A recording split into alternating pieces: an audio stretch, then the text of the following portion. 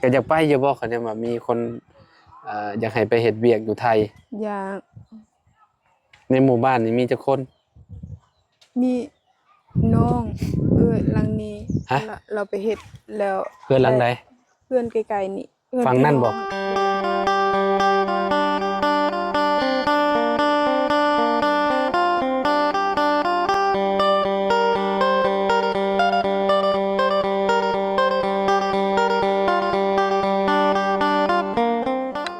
สบายดีสวัสดี FC เบิดสุขูสู่คนเนาะ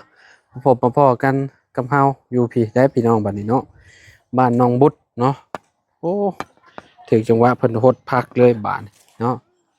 สบายดีน้องโน้ยยังบ่ได้ฮดยามเช้าบ่นี่ฮดแต่เช้าแล้วขออนุญาตเด้อเด้อรอบแรงก็ฮดอีกเทื่อนึงเนาะเด้อโอ้สิได้กินไวอยู่นี่ออกเลยได้นี่เนาะเป็นวัดพี่น้อยเนาะขี้มูกย่อยโอ้ออกเลยเนาะประกาศได้นี่เนาะโดยพี่น้องไผชาน่ะฮะล้านสบายดีล่ะสบายดีโดยสบายดีเด้อเนาะโคตรพักพี่น้องเอ้ยทางน้องบุตรเนาะอยู่ในบ้านเจ้ามีงานยังไงน้องมีเงินดอง งานดองโดยอ๋อที่ว่าเพิ่นกลางเต็นท์หลายๆนี่แม่นแล้วนี่เนาะโดยถ่ายมันยิงหรือใช่นี่ยิงทางมันยิงเนาะโดยเพิ่นเอาผัวบ้านใดนี่เนาะบ้านพุ่นม่วงฮะบ้านพุ่นม่วงบ้านพนม่วงโดยอ๋ออยู่เซโปนพุโดยเลยเซโปนเป็นอันหนึ่งเนาะโดยทางไปอยู่เวลาโอ้สงสัยแบบเพิ่นเป็นคนมีเนี่ยได้นี่เนาะโดยคนมีเลยแหละพี่น้องเนาะเขาเฮ็ดบ่เซิ เพิ่นจัดยิ่งใหญ่เด้อมีวงดนตรีนำบ่จักเลยมีแต่เขาเจ้าบ่ได้เฮ็ดเขาเจ้าถือพระเยซูเด้อ๋อเพิ่นเข้าคิดบ่โดยอโดยพี่น้องเนาะทางเฮือนนี่แหละใกล้ๆเฮือนน้องบุตรนี่แหละพี่น้องเนาะเฮือนดองก็ได้น้ำเจ้าตักมาเม่นบ่โดยนี่ก็มีโดยเนาะตักมาแต่ลำเซพุ่นได้นี่เนาะโดยพักเริ่มออกเลยจังหน่อยมันก็อันนั้นแหละพี่น้องจังไงเนาะฮดเรื่อยมื้อนึงฮดอยู่ประมาณจักเทื่อ2 มื้อ2 เทื่อ2 เทื่อโดยแล้วว่ามื้อนึง4 เทื่อโยพักแขนน้ำตายเลยอันนี้ว่ามันได้กินน้ำคักอยู่แล้วนี่บ่ได้ฮดหลายเนาะตอนมันยังน้อยตอนมันยังน้อยเนี่ยบ่มันจำเป็นบ่จำเป็นต้องฮดน้ำหลายก็ได้เนาะโดยผักบัวก็เริ่มโป่งออกละเลยพี่น้องเอ้ยนี่เริ่มเคี้ยวเริ่มยังเลยเนาะของน้องจันน้องพัวเนี่ยยาวแล้วเนาะวันนี้ของน้องบุตรเพิ่นปลูกตำลังพี่น้องเอ้ยผักบัวก็ยังสิประมาณนี้เนาะออกประมาณนี้แหละถ้ามันยาวแล้วก็เก็บอันนั้นเก็บเห็ดอันนั้นห่อส้มพักเนาะหรือว่าพักดองพี่น้องเอ้ยเนาะเพชรจนเองคือจวกเด้อเคยบ่อยเอาผักบัวคั่นส้มพักเคยอยู่บ่โดยแต่บ่ได้เคยเฮ็ดผักอันนี้เคยแต่เฮ็ดผักกาดผักบัวก็ได้ผักบัวก็เอาปนกันก็ได้คือกันโดยหรือว่าเอาคั่นแต่มันก็ได้บ่เคยเฮ็ดอยู่บ้านเจ้ายังบ่เคยกินบ่โดยอยู่บ้านข่อยนี่เอาใบมันลิเอาใบแล้วก็เอาไปคั่นแซ่บหอมเนาะเอาหัวหอมเห็ดพี่น้องแต่ว่าเพิ่นบ่เคยเนาะโดยแถวบ้านเจ้าบ่เคยมีแต่เอาผักกาดอันนี้เนาะโดยผักกาดอันนี้หวานมันใหญ่แล้วก็อันนั้นพี่น้องถอนไปเห็ดชมเนาะใส่ตีนงัวพี่น้องเนาะเคยบ่เห็ดชมตีนงัวบ่เคยโดยอ๋อมันรสคักแท้ๆเอาตีนงัวใส่โอ้สุดยอดเลยพี่น้องเอ้ยเจ้าก็ไปซอยเวียกเพิ่นอยู่บ่ซะโดยซอยเป็นพี่น้องเจ้านั่นนี่โดยซอยเพิ่นติโดยตอนนี้เพิ่นเฮ็ดหยังซะตอนนี้นึ่งข้าวนึ่งไว้แต่ตอนนี้เลยบ่โดยเขาใส่นิเกต ยันนึ่งบ่ทัน อืม นึ่งเขานึ่งหลา แตกต่าง ย กันอยู่สักกับบ้านข่อยสิตอนประมาณตี 1ตี 2ก็เจ้าลูกหนึ่งข้าวแต่ทัน ยันบ่ทัน แต่ว่าเขตชุมเจ้าชิ้นหนึ่งไว้แบบนี้เลยเนาะ โดย เห็นแต่ละบอนก็แบบนี้เลยได้พี่น้องคือกันเลยแต่ว่าเพิ่นสิหนึ่งข้าวไว้ก่อนแล้วเพิ่นสิใส่โฟมเมียนมื้อเช้าจังบ่ยากเพิ่นว่าเนาะ โดย แต่มันก็บ่เย็นปานใดเนาะมันก็อัน โดยใส่ อุ่นตลอดเนาะ โดย อุ่นจนฮอดตอนเช้า มันบ่ละลายบ่ไว้ในแก๊ส บ่ เจ้าหนึ่งข้าวอย่างเดียวเนี่ยบ่อาหารการกินกับเจ้าได้หยังกินซะ อยู่เฮือน อ เขา ยู่ในงานนี่แหละ อยู่ในงานเขากินหมูแล้วก็กินปลา กินหมูกินปลา โดย โอ้งานใหญ่ขนาดเลยพี่น้องเอ้ย มื้อ เนาะ อื่นจึงเขาเฮ็ดควายกิน ฮะ มื้ออื่นเขาจึงเฮ็ดควาย มี งัว มีงัว โดย งัวหลายตัวเนาะ 2โตว 2ตัวพ่อป้าตัวพี่น้อง แล้วก็หมูตัวหนึง หมูอีกหมูเบิดแม่เลย โดย ตัวใหญ่ๆเลย เพชรจะได้1กะโหลกเผ็ดกระจกปะเด้อ ตอนนี้มันบ่เปลืองปานใดน้ำน่ะมันใหญ่พูดมันสิเปลืองเอาพดบ่ต้องพดลายปานใดตอนนี้ก็สิทั่วเลยเด้นี่นะพดลายให้มันสุ่มตัวที่ว่ามันแห้งๆน่ะเนาะมันแห้งๆมันบ่อันนั้นนะพี่น้องมันบ่ค่อยถึกน้ำปานใดนะถ้ามันถึกน้ำนั้นมันสิแตกง่ายอยู่อันนี้พักอีหยังนี่ฮะ ผักหอม หอมป้อม โดย ผักชีลาวพี่น้องแยกแยะบ่ออกเลยว่าขี้แบ้หรืออันนั้น อย่างเงี้ย ฮะขี้แบ้พี่น้องเนาะเพิ่นเลี้ยงแบ้หลายจึงมีขี้แบ้หลายปานนี้เนาะ โดย ทางนี้มีแต่เน้นใช่แต่ขี้แบ้เนาะทางนี้เนาะ โดย เอาขี้แบ้ใส่พี่น้องเนาะแต่ละเฮือนน่ะเพิ่นปลูกผักปลูกหยังเพิ่นจะเอาขี้แบ้ใส่แบบนี้ มึ เล ง ย เจอก็ใส่ขี้กล้วยขี้ควายน้ำแต่บ่มี ขี้ควายขี้งัว โดย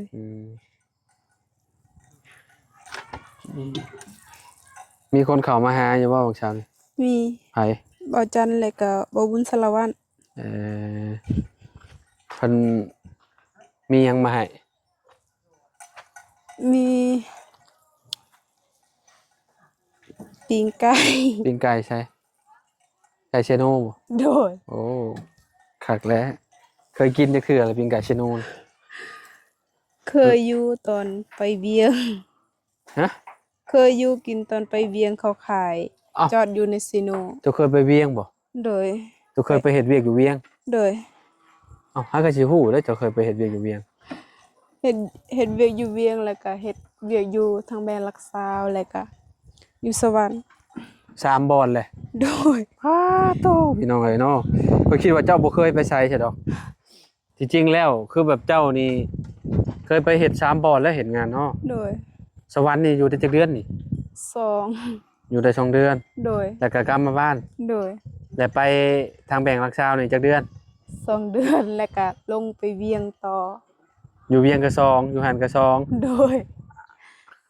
คืออยู่บ่โดนปานใดเป็นแบบมันเป็นหย่อนหยังเนาะสาเหตุแต่ว่างานมันหนักบ่ บ่ได้นักแต่เป็นไข้แล้วก็เมื่อเขาให้เมื่อก่อน อืม เศร้าแล้วก็ลงมาอีก แต่บัดเจ้าเช้าเจ้าก็ลงบ่บัดนี้ โดย อ้าวลงไปเจ้าไปอยู่แบบใดก็คือแรกๆนี่เจ้าไปอยู่ได้2เดือน โดย บัดนี้จะเป็นไข้ โดย ตอนเจ้าเป็นไข้เจ้าเฮ็ดงานอยู่ไส อยู่เวียง อยู่เวียงบัดเจ้ากลับไปเฮ็ดใหม่บ่อยู่เวียง บ่ได้ไปแล้ว โทรเขาเจ้าให้เขาเจ้าหาคนใหม่ อ๋อแล้วเจ้ากลับมาเจ้าบ่สบายเจ้ากลับมาเจ้าอาจจะไปเฮ็ดบ่อนเก่าแต่ว่าก็เจ้าเอาคนแล้ว โดย แล้วเจ้าก็ได้ไปเฮ็ดบ่อนใหม่ โดย อ๋อก็คือแบบความหมายของเราน่ะคือพี่น้องเอ้ยเนาะตอนแรกๆน่ะว่าบ่สำบายเนาะบ่สำบายแล้วกลับมารักษาตัวก็จะไปเฮ็ดบ่อนเก่าก็เพิ่นมีคนงานแล้วก็คือให้เพิ่นหาคนงานไว้เรียบร้อยแล้วเนาะก็คือเพิ่นอ่าพอคนหั่นน่ะแล้วเจ้าก็เลยได้ไปเฮ็ดบ่อนใหม่เหมือนเนาะ โดย เฮ็ดหมองรักษาบ่ โดย รักษานี่เฮ็ดงานหยังอยู่รักษา เฮ็ดอยู่ อืม โรงงาน โรงงานหยัง น้ำดื่ม โรงงานน้ำดื่ม โดย จะไปกับไผกับหมู่3คนอืสะมพรแล้วก็สะใจแล้วก็เฮาสะพรใช่ สะพรเฮือนนั่นเด้ใกล้ๆเฮือนสะหัวอ๋อพี่น้องน้องหัวครับบ่โดยอ๋อเราก็เคยไปเห็นกันบ่เคยอืมแต่ก็มาพร้อมกันติโดยแต่ก็บ่ได้ไปเท่าปัจจุบันนี่โดยบ่ได้ไปเงินเดือนเท่านั้นก็เจ้าให้เฮ็ดงานโรงงานหึเงินเดือน2ล้านอืมเงินเดือน2,000,000บ่โดยอ๋อกินอยู่น้ำเพิ่นโดยเอ่อแต่อยู่ทางไปรักษามันหนักเฮ็ดเฮ็ดบ่ได้พักเลยเฮ็ดเห็นแต่งานอัน เห็นงานน้ำนี่ได้ทางแบงค์ลางซาวนี่นักบ่หนักอืมแล้วก็เฮ็ดแต่ตื่นประมาณวัน5โมงแล้วก็ปัดถูเพื่อนแล้วก็อ่าแล้วก็ไปใส่สลากแล้วก็มีมีตุกน้ำให้ใส่เขาสลากแบบใดใส่สลากตุกน้อยน้ำดื่มหั่นเด้ตุกน้อยอ๋อใส่สติกเกอร์มันๆโดยอืใส่สมติกเกอร์มันแล้วก็ อืมแล้วก็มีเขาเจ้าไปไปซื้อน้ำแล้วก็ค่าให้เขาเจ้าอ่าแล้วเขาไปส่งน้ำแล้วก็ล้างตุกอีกอืมแล้วล้างตุก็กแล้วก็คือแบบเจ้าไปส่งน้ำก็เจ้าหับตุกเปล่ามาแล้วก็เขาก็มาล้างทำความสะอาดแล้วก็อัดน้ำก็ไปอีกโดยอืแล้วมก็แล้วก็จักแล้วโมงเลิกเวียกแต่ละเทื่อบ่ได้เลิกเวียกกินข้าวแล้วก็เฮ็ดต่อว่าตอนเช้านี่เขาจักโมง6โมงเขา6 โมงโดยตอนแรงเด้บ่ได้พักกินข้าวแล้วก็เฮ็ดต่ออีกโมเมนต์ตอนแรงบ่ได้หยุดบ่ได้เลิกบ่ตอนแรบ่งเฮ้ยแม่นบ่มีแต่เฮ็ดเลิกจักโมงซะ7โมงเลิกเวียก7 โมงโดยโอ้คิดว่าเฮ็ดเบิดคืนเบิดวันอยู่บ่ บ่แม่นติเนาะ โดยเอออยู่เวียงจันทน์เฮ็ดเวียกหยังอยู่เวียงจันทน์เป็นแม่บ้านแล้วเป็นก็แม่บ้านอยู่เวียงจันทน์เนาะเอาน้องอืเอาน้องโดยน้องขี้ดื้อบ่จังว่าได้มาอยู่บ้านโดยผู้ชายบ่ผู้ชายเงินเดือนแพงบ่บ่ได้แพงเท่าไหร่2ล้านห้าประมาณ2,500,000 3ล้านประมาณนั้นอ่2,500,000ประมาณเงินบาทก็เท่าไหร่บุพี่น้องเอ้ยเพิ่นเฮาอยู่หั่นน่ะ4,000 5,000ประมาณ5,000ปลายโดยประพี่น้องมาณบ้านเฮาอยู่หั่นน่ะเอาน้องหั่นน่ะเขาบ่ได้เฮ็ดมีแต่เขามามื้อนี้แล้วมื้ออื่นเขาเมื่อเขาเฮ็ดบ่ไหวเด้อืมแต่ซุมเฮาอืมรอดอยู่เวียงจันทน์ได้ซะแพงอยู่บ่แม่นอยู่เวียงจันทน์เวียงจันทน์เนาะที่ว่าเฮ็ดอันงานเลี้ยงน้องเนาะโดยอยู่สวรรค์บัดนี้เนาะอยู่สวรรค์อยู่ร้านขายข้าวกล้องขายข้าวกล่องโดยอ๋อเข้างานจักโมง4โมง 4 โมงเช้าโดยเลิกจักโมงมื้อเลิกประมาณ9โมง8 9 โมโมงงกลางคืนโดยเงินเดือนแพงบ่ ตอนนั้นเขาไปเฮ็ดร้านซอล้านสองโดยเปรียบเทียบกับเงินปัจจุบันนี่ก็ประมาณ2,000พี่น้อง2,000 บาทตอนนั้นเนาะโดยจักปีแหละจะไปเฮ็ดตอนนั้นอายุแต่อายุ1515เนาะโดยตอนนั้นเงินยังบ่เพิ่มปานใดซะเนาะโดยพี่น้องยังได้อยู่ซะในปัจจุบันนี่เงินเดือนประมาณ2ล้านปลายนี่กินก็สิบ่รอดพี่น้องแต่ละเดือนหั่นน่ะ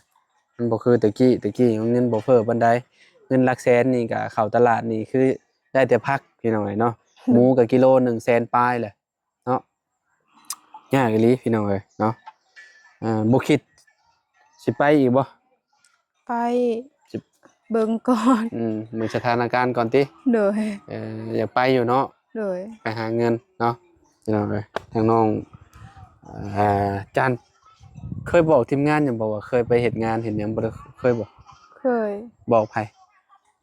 เบาบุญสารวัตรและก็เออเบาจันทร์โอ้เพิ่นเคยถามว่าไปจะไปเฮ็ดงานอยู่ไสแหน่เนาะโดยอืเฮาก็บ่ได้เคยถามเลาพี่น้องเอ้ยเนาะหาก็สิถามเทื่อนี้แหละเนาะทางน้องอันน่ะน้องบุษบาพี่น้องเอ้ยเนาะโอ้เคยไปเนาะจ้ะเนาะยังแต่ฝั่งไทยน้องบ่เคยไปเนาะโดยอืมยังฝั่งไทยบ่เคยไปเฮ็ดเวียกพี่น้องเอ้ยเนาะก็อยากไปอยู่บ่คันว่ามีคนอยากให้ไปเฮ็ดเวียกอยู่ไทยอยากในหมู่บ้านนี่มีจักคน มีน้องหลังนี้ ฮะ เราไปเฮ็ดแล้ว เพื่อนหลังใด เพื่อนไกลๆนี่เพื่อ ฝั่งนั่นบ่ โดยพี่น้อง เพิ่นพี่น้องเจ้านี่ โดย เราไปเฮ็ดเวียกอยู่ไส อยู่ไทย โอ้อยู่จังหวัดใดพอฮู้บ่ บ่ แต่ว่าอยู่ไทย โดย ตอนนี้เรายังบ่ได้มาบ่ ยังเราอยู่2 ปี สองปีเลย โดย โอ้ เรา พี่น้อ ว่าง เนาะ สิเมื่อเดือน12นี้แต่เราอยากเมื่อ เราบ่จะกลับ โดย คะแนนกลับมาให้เราหางานหาการให้ก็ได้ โดย เนาะโอ้พี่น้องเอ้ยเนาะ ไปสปอร์ตแล้วเราก็เข้าไป แล้วเฮ็ดพาสปอร์ตเฮ็ดเท่าไหร่ราคาอยู่ทางนี้พอฮู้บ่ พี่น้องเฮาเฮ็ดนี่ประมาณ จังล้าน 10 ล้านบ่ ฮะ 3 ล้าน4ล้านประมาณนั้น 3ล้าน4ล้านเนาะ โดย ประมาณ 6-7,000พุ่นแหละซะเนาะ โดย เฮ็ดด่วนน่ะอยู่บ้านน่ะประมาณเท่าไหร่11,000พุ่นแหละพี่น้องเอ้ยเนาะแต่เฮ็ดธรรมดาก็5-6,000ประมาณนั้น5-6,000 บาทเนาะพี่น้องเอ้ยก็สิเติบหนึงอยู่ถ้าเราบ่มีเงินก็เฮ็ดบ่ได้เด้เนาะ โดย พี่น้องเอ้ยยังมีอยู่เนาะคนในหมู่บ้านเคยไปเฮ็ดงานอยู่ไทยเนาะ โดย มีแต่ผู้เดียวลาวล่ะ ผู้เดียวนี่บ่ โดย แล้วเราคือกล้าไปเนาะ ก็มีพี่น้องอยู่หั่นเด้ เราก็มีพี่น้องคือกัน โดยน้าสาวเราเอาผัวอยู่หั่นเอาผัวคนไทย คนเฮานี่ถ้าบ่มีพี่มีน้องอยู่ไทยนี่ก็บ่จะกล้าไปคือกันพี่น้องเอ้ยเนาะเพราะว่าจุดหมายปลายทางหรือว่าอันบ่อนอยู่บ่อนเช่าเฮาบ่จักหันนะแต่ที่เฮาจะไปอยู่นำไผพี่น้องเอ้ยเนาะ โดย นอกจากคนแบบเจ้าเก่งอะไรนะแล้วก็มีเงินพี่น้องเนาะถ้าบ่มีเงินนี่ก็เวลาเฮาเดินทางมันก็สิยุ่งยากอะนะพี่น้องเนาะ โดย คือแบบแต่ก่อนเขาก็เคยไปเห็นงานอยู่ไทยคือกันไปนำพี่น้องตัวเองแหละพี่น้องเอ้ยเนาะไปเพิ่นหางานให้เพราะว่าส่วนใหญ่ก็คนในบ้านนี่มีแต่ไปอยู่ไทยเบิดเฮือนหนึงประมาณ 4-5 คนอยู่ไทยเนาะแต่ว่าอยู่เขตนี้คือแบบเพิ่นบ่ค่อยได้ไปเฮ็ดเวียกอยู่พุ่นพี่น้องเอ้ยเนาะมีแต่อยู่แถวเขตลาวเฮานี่เนาะ โดย ไกลสุดก็เวียงจันทน์น้องบุตรไปมาแล้วเวียงจันทน์อ่าเท่าใดทางแบ่งรักษาบ่ โดย ทางแบ่งรักษาแล้วก็สวรรณเขตพี่น้องเอ้ยก็ถือว่าเราก็มีประสบการณ์อยู่ได้พี่น้องเอ้ยเนาะได้ไปเฮ็ดเวียกเฮ็ดงานเนาะเก่งอยู่เนาะอ่าต่อไปก็อนาคตเรากับบ่ฮู้ว่าเราสิไปเฮ็ดทางใดพี่น้องเอ้ยเนาะทางน้องบุตรเนาะแต่ตอนนี้เราก็นี่แหละยังดูแลพ่ออยู่เนาะยังอยู่นํพ่อเนาะเบิ่งแยงพ่อพี่น้องเอ้ยเนาะพ่อเราก็ย่างได้แล้วเนาะนี่เนาะ โดย ใครเนี่ยแล้วพี่น้องเอ้ยเนาะไปหันไปนี่ได้แข็งแรงดีแล้วพี่น้องบัดนี้ก็มีแต่เนาะน้องบุตรว่าสิไปเฮ็ดอยู่เฮ็ดกินช่วยเพิ่นบ่หรือว่าจังใดพี่น้องเอ้ย โด เนาะ ย สิไปนึ่งข้าวช่วยเพิ่นบ่ โดย โอเคซะเนาะฮดอิหยังแล้วเรียบร้อยแล้วพี่น้องเอ้ยเนาะตอนแรงเนาะประมาณ 3-4 โมงพี่น้องเอ้ยแล้วก็มีแต่ฮดผักฮดหญ้าเนาะให้มันเกิดไวๆพี่น้องสิได้ทันกินพี่น้องเอ้ยเนาะ โดย คักอยู่น้องเอ้ยเนาะจังได๋ก็สู้ๆต่อไปเนาะ โดย ทางเฮือนซานลาดแปดเราก็อยากให้เราได้คือกันพี่น้อง FC หลายคนมันก็อยากให้ซุมเฮามาซอยกันพี่น้องเอ้ยเนาะตอนนี้ก็ทีมงานเข้ามากันหลายคนพอสมควรแล้วเนาะ โดย งบก็ยังมีแต่อยู่ดำรงเฮิมหรือว่ายังบ่ได้มีไผแจ้งหรอว่าตอนนี้ โดย โอเคสู้ต่อไปเด้อน้องเด้อ โดย เนาะสบายดีเด้อ สบายดี สบายดีพี่น้องเอ้ยเนาะประมาณนี้เด้อเฮือนมันก็ได้เด้อพี่น้องเด้อเนาะขอบคุณหลายๆที่ติดตามพอกันใหม่พี่น้องสบายดีพี่น้อง